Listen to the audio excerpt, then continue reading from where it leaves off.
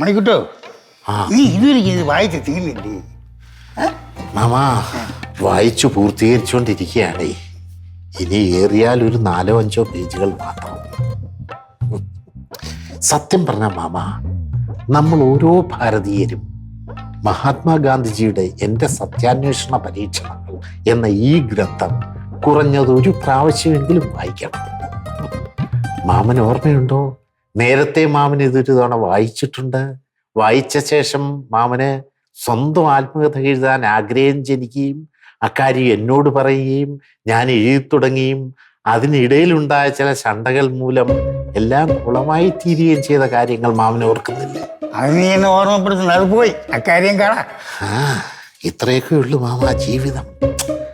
ജീവിതമെന്ന് പറഞ്ഞു കഴിഞ്ഞാൽ ഒരു ആത്യന്തികമായിട്ടുള്ള യാത്രയല്ലേ. ആ യാത്രയിൽ നമ്മൾ എത്ര പേരെ കണ്ടുമുട്ടുന്നു? അച്ഛൻ, അമ്മ, മക്കൾ, ഭാര്യ, മരുമക്കൾ, അമ്മാവൻ, അമ്മായി, ചിറ്റപ്പൻ, ചിറ്റമ്മ, കുഞ്ഞമ്മ, എത്ര പേരെ. ആത്യന്തികമായിട്ടുള്ള ഒരു വൈജ്ഞാനിക കേന്ദ്രമല്ലേ മാമ ഈ അമാനുഷിക ചൈതന്യത്തിന്റെ ജൈത്രയാത്ര.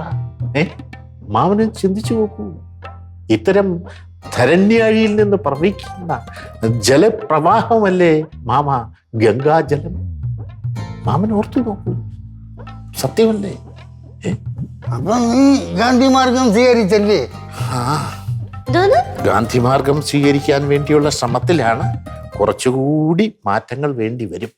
ഗാന്ധി മാർഗമോ? ഗാന്ധിജിയാവാൻ പോണോ? ഗാന്ധിജിയാകാൻ ആരെ കൊണ്ടും പറ്റില്ല മകളെ. ഗാന്ധി മാർഗം നമുക്ക് സ്വീകരിക്കാം, പക്ഷെ ഒരിക്കലും നമുക്ക് ഗാന്ധിജിയാകാൻ പറ്റില്ല.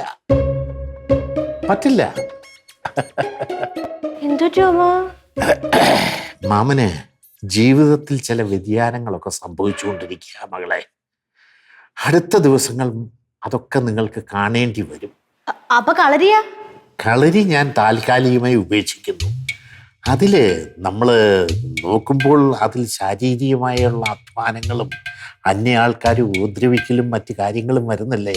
അത്തരം കാര്യങ്ങളെ ഉപേക്ഷിച്ചിട്ട് ശിഷ്ടകാലം ഞാൻ സമാധാനത്തിൽ ജീവിതം നയിക്കുവാൻ ആഗ്രഹിക്കുന്നു. അക്കാരണത്താൽ തൽക്കാലത്തേക്ക് ഞാൻ കളരി ഉപേക്ഷിക്കുകയാണ്. തൽക്കാലത്തേക്ക്. അപ്പോ പ്രശ്നമാണ്. അപ്പോൾ താങ്കളുടെ വേഷവിധാനങ്ങളൊക്കെ ഇങ്ങനെ തന്നെയാണോ? ഒരിക്കലും ആയിരിക്കത്തില്ല.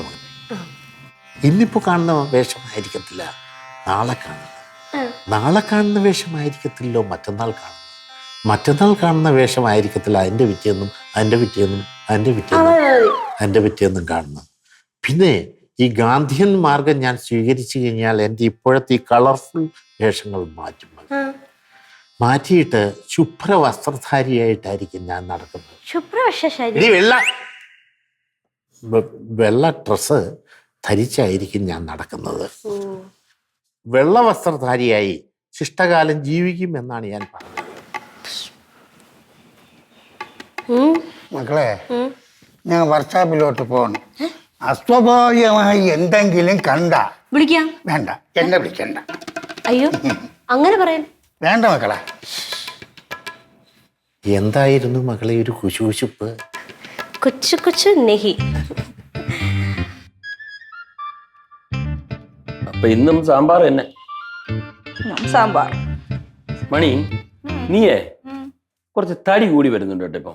അയ്യോ, ഒട്ടും തടിയില്ലായിരുന്നല്ല പണ്ട്. ഉണ്ടായിരുന്നു, പക്ഷെ ഇപ്പൊ ഒന്നുകൂടി കൂടുന്നുണ്ട്. എന്ത് ചെയ്യാൻ പറ്റുന്നു? എടി, രാവിലെ എഴുന്നേക്കുമ്പോ കുറച്ച് എക്സസൈസ് ചെയ്യണം. ശരിയാണല്ലേ, എക്സസൈസ് ചെയ്ത വണ്ണം കുറയും. പിന്നെ ഒരു കാര്യം ചെയ്താലാ, നാളെ മുതൽ എക്സസൈസ് തുടങ്ങട്ടാ. പിന്നെ അല്ലാതെ നീ ധൈര്യമായിട്ട് ചെയ്യും. അപ്പൊ ശരി. പക്ഷെ ഞാൻ വീട്ടിൽ ചെയ്താൽ ശരിയാവില്ല. നാളത്തെ പോലെ നടുവടിച്ച് വീണ് കഴിഞ്ഞാൽ വയ്യ. ഞാൻ ജിമ്മിൽ പോവാം. അതാകുമ്പോ ട്രെയിനറിനെ കൊണ്ട് ചെയ്യിപ്പിക്കാലോ. രാവിലത്തെ ജോലി ഉണ്ടല്ലോ, കഞ്ഞിയും കറിയും വെക്കലൊക്കെ, അതങ്ങ് ചേട്ട ഏറ്റെടുത്തോ. അതങ്ങനെ ശരിയാവും. ഞാൻ ഉണ്ടാക്കിയല്ലേ, ആ കറിക്കൊന്നും നീ ഉണ്ടാക്കുന്ന ടേസ്റ്റ് ഇല്ല. നിന്റെ കൈപ്പുണ്യം ഇല്ലല്ലോ എനിക്ക്. ആണല്ലേ, ഞാൻ എല്ലാം പറഞ്ഞുതരാം. വേണ്ട, നീ ചെയ്ത ഇവിടെ ചുമ്മാ കൊച്ചു വർത്താനം പറഞ്ഞോണ്ടിരി. വേറെന്തോ നീയേ, നിങ്ങൾ ഇവിടെ നടക്കുന്ന കാര്യങ്ങൾ ഒന്നും അറിയണില്ലേ? എന്തോ കാര്യം?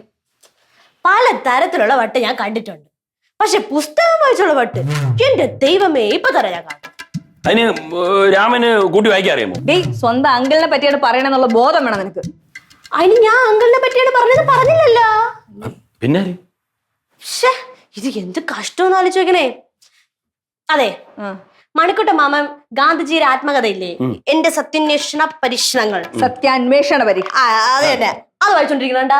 ഓ, എന്റെ അടുത്ത് പറയുകയും ചെയ്ത് ഒരു ഇന്ത്യക്കാരാണെങ്കിൽ ഇത് വായിച്ചിരിക്കണമെന്ന്. അതാണ് ഇവിടുത്തെ പ്രശ്നം. അതിലിപ്പോ പ്രശ്നം എന്തോ, നല്ല കാര്യമല്ലേ? ഇവക്ക് പണ്ടേ ആ വൃത്തിയായിട്ട സ്വഭാവം ഉണ്ട്. ആരെങ്കിലും എന്തെങ്കിലും ഒരു നല്ല കാര്യം ചെയ്താൽ അതിലൊരു കുറ്റം കണ്ടെത്തും. പണ്ടേ ഉള്ളതാണ്. എത്ര അടി വന്നിട്ടുണ്ട് നിനക്ക് ഞാനിതിന്? ഇനി കിട്ടണോ? കൊള്ളാം. ഒരു കാര്യം ഞാൻ പറയാൻ വന്നപ്പം വാദി പ്രതിയായി. ശരി, ആയിക്കോട്ടെ, എന്താന്ന് വെച്ചാൽ നടക്കട്ടെ, ഞാൻ പോട്ടെ. പറഞ്ഞിട്ട് സാധനം ഇത് അതന്നെ ഞാനും ചോദിക്കണത്. എന്തോന്നത്? പുസ്തകം വായിച്ച് ഓട്ട എന്തൊക്കെയാ പറഞ്ഞിട്ട് പോയി. അടുത്ത് എന്തോ പ്രശ്നം ഉണ്ടാക്കാനുള്ള വഴിയായിരിക്കും. ചെന്ന് അന്വേഷിച്ചു നോക്കൂ.